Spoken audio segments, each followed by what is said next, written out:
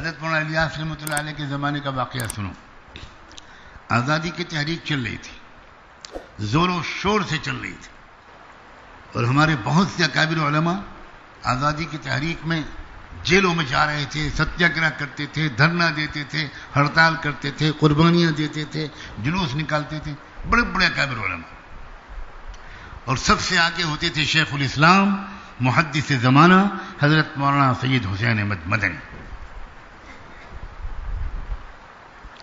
ایک بار ایسا اتفاق ہوا کہ ایک علاقے میں جلسہ تھا, سیاسی جلسہ, اور اس میں شرکت کے لیے تشریف لے گئے حضرت مولانا حسین احمد مدنی.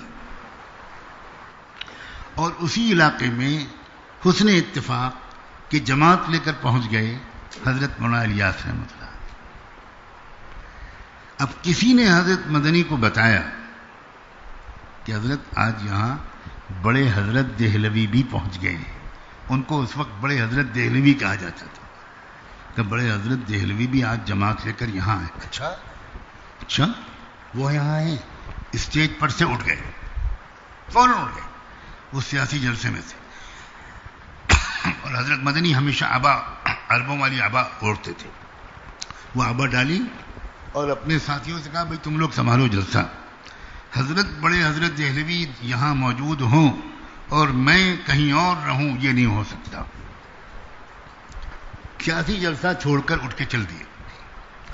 اب ابھی تو ہمارے تبلیغی احباب یہ سن کر بہت خوش ہو رہے ہوں گے کہ دیکھا ہم تو پہلے ہی کہتے تھے کہ تبلیغ کا کام زیادہ افضل ہے. اب تھوڑی دیر صبر کرو, اب اگلا شعر تو سنو. ادھر حضرت مولانا الیاس رحمۃ اللہ علیہ کو کسی نے خبر کی کہ حضرت یہاں جلسہ ہو رہا ہے کانگریس کا اور اس میں حضرت مدنی آئے ہوئے ہیں. تو حضرت مولانا الیاس رحمۃ اللہ علیہ ایک دم اٹھ گئے. تو فرمایا حضرت شیخ الاسلام ہوں یہاں اور میں یہاں موجود ہوں, میں وہاں نہ جاؤں یہ مجھ سے نہیں ہو سکتا. بھائی چلو.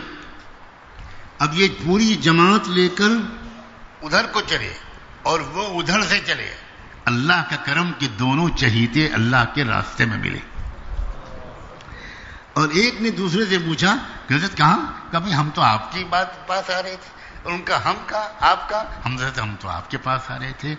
یہ محبتیں ہوا کرتی تھیں دین کے تمام شعبوں میں, امت کی خدمت کے مختلف کاموں میں لگے ہوئے سب لوگوں میں, تب امت جڑی تھی. دوستو یہ امت بہت مشکل سے بنی ہے اور بہت آسانی سے توڑی جا رہی ہے. پھوٹ در پھوٹ در پھوٹ در پھوٹ, ہر جماعت کے 10 ٹکڑے اور 10 کے 20 ٹکڑے, ہر مسجد وار جماعت میں پھوٹ. کیا ہو رہا ہے یہ امت؟ اس لیے یہ بات کہنا چاہتا ہوں, اس اعتکاف سے یہ تحفہ لے کر جاؤ, دل کو بڑا کرو. امت کو دین کی مختلف محنتوں کی ضرورت ہے. آپ تو اللہ سے یہ مانگو کہ اللہ پاک آپ جانتے ہیں میرے لیے کون سی محنت میں لگنا مناسب ہے, اور آپ مشورہ کر کے جو اس محنت سے آپ کو نفع پہنچتا ہو اخلاص کے ساتھ اس میں لگو, اور بقیہ تمام محنت میں لگے ہوئے لوگوں کے لیے دعا کرو, ان سے محبت کرو. یہ سمجھو کہ وہ سب بہت اہم کام کر رہے ہیں. یہ سمجھنا کہ میں ہی دین کا کام کر رہا ہوں, ہم ہی دین کی محنت میں لگے ہوئے ہیں اور باقی کوئی دین کا کام نہیں کر رہا, یہ سب لوگ غلط کام کر رہے ہیں. یہ اس پر خون کے آنسو رونا پڑے گا, خون کے آنسو رونا پڑے گا. مولانا محمد علی جوہر نام سنا ہے؟ وہ 10-20 لوگوں نے سنا ہوگا بس. 2 شیر تھے انڈیا میں, محمد علی اور شوکت علی, 2 بھائی. ایک زمانے میں کانگریس کے صدر رہے, تحریک خلافت کے ذمہ دار بنے, پھر کیا کیا بنے. بہترین انگلش لکھتے تھے محمد علی جوہر, اور وہ مولانا نہیں تھے, وہ انگریزی تعلیم یافتہ تھے, یعنی وہ مسٹر تھے, مسٹر, مولانا نہیں تھے. لیکن اس زمانے کے اکثر مسٹر مولاناؤں سے بھی آگے بڑھ گئے. محمد علی جوہر بہادر شخص تھے, اور ان کے اندر ملک کی آزادی, امت کی آزادی, کلمے کی بلندی, انصاف کا قیام کا قائم ہونا, اس کے لیے ایک آگ لگی ہوئی تھی. برطانیہ کی حکومت انگریزوں کو بہت ستایا انہوں نے، اور انگریزوں نے ان کو بہت ستایا، بہت بار جیل میں رہے. حضرت مولانا الیاس رحمۃ اللہ علیہ نے ان کو ایک خط لکھا. کیا خط میں یہ لکھا کہ بھائی آپ کیا فضول کام کر رہے ہیں، سب چھوڑیے اور آ کر چلہ لگائیے.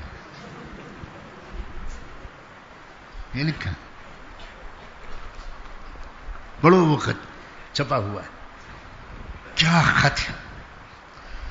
اس خط میں لکھا کہ بہت زمانے سے میرے دل میں ایک تمنا بے چین کیے رہتی ہے. آج میں نے سوچا کہ میں آپ کی خدمت میں بسط ادب و احترام اپنی وہ تمنا پیش کر دوں. اور وہ تمنا یہ ہے کہ آپ بڑی بہادری کے ساتھ انگریز حکومت سے لڑ رہے ہیں. میں عرض یہ کرنا چاہتا ہوں کہ اللہ کی سنت، یقیناً آپ جانتے ہیں کہ کسی قوم کو جب دعوت دی جاتی ہے تو دو نتیجوں میں سے ایک نتیجہ نکلتا ہے. یا تو وہ قوم دعوت قبول کر لیتی ہے تو اس سے اچھی کیا بات ہے، دنیا اور آخرت اس قوم کی دونوں بن جاتی، اور یا وہ قوم دعوت کو قبول نہیں کرتی. تو اس صورت میں اللہ کا قہر اس قوم کی طرف متوجہ ہو جاتا ہے جو دعوت قبول نہیں کرتی. تو آپ سے یہ میں عرض کرنا چاہتا ہوں کہ آپ کو اللہ نے جو صلاحیت دی ہے، آپ برطانیہ کی قوم اور یورپ کی قوموں کو اسلام کی دعوت پیش کرنے میں اپنی یہ صلاحیت لگا دیں. اب بتاؤ، یہ ایک ڈنڈے سے ہانکنا ہوا؟ کیا انہوں نے ان کو یہ لکھا کہ آئیے ہم میوات میں آپ کو لے کے چلیں، پہلے 6 نمبر سیکھیے؟ دوستو، یہی نتیجہ ہے کہ اب علماء نہیں جوڑ پا رہے، ٹوٹتے چلے جا رہے، کیونکہ اس جہالت کے ساتھ علماء جوڑ ہی نہیں سکتے، سوال ہی نہیں پیدا ہوتا. حضرت مولانا سید ابو الحسن علی ندوی رحمۃ اللہ علیہ نے اس عاجز کو خود سنایا، 2 3 4 بار سنایا. فرمایا کہ ایک بار حضرت مولانا الیاس رحمۃ اللہ علیہ کے پاس میں حاضر تھا، اچانک حضرت نے مجھے بلایا اور میں دوڑ کے گیا تو حضرت اس وقت لنگی باندھے ہوئے لیٹے ہوئے تھے، بنیان بھی اتار دیا تھا، شاید سخت گرمی ہوگی، بجلی تو تھی نہیں، تو بنیان بھی اتار دیا تھا، سینہ کھلا ہوا تھا حضرت مولانا الیاس کا. میں پہنچا حجرے میں تو یوں مجھے ہاتھ پھیلائے اور مجھے اپنے سینے سے لگا لیا اور بہت دیر تک اپنے سینے سے لگائے رہے، اور پھر فرمایا مولانا ابو الحسن صاحب اقبال کے کلام کا انتخاب جمع کر دیجئے، مجھے اس سے دعوت کے اصول نکالنے.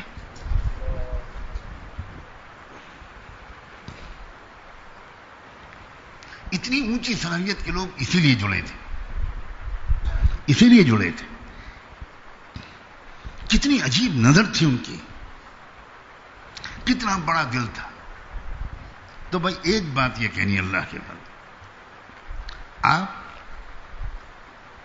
اپنی اصلاح کے لیے خاموشی کے ساتھ اپنی مسجد والے اعمال میں جڑیے، مقامی کام میں شریک ہوئیے، ہفتے واری گشت، مسجد کے 5 کام جو آپ کو بتایا جائے، روزانہ کے 2.5 گھنٹے، سال کا چلہ، زندگی کے 4 مہینے، جو آپ کو ترتیب بتائی جائے، چپ چاپ اپنی اصلاح کے لیے چھوٹا بن کر خاموشی سے لگائیے.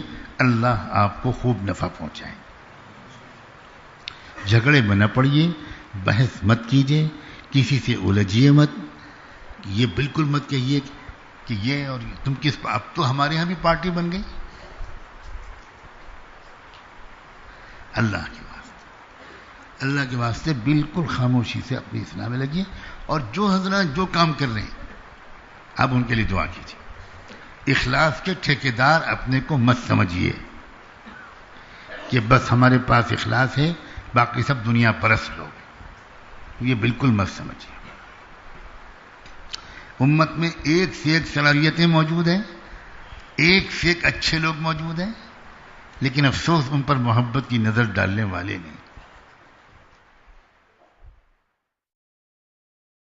لا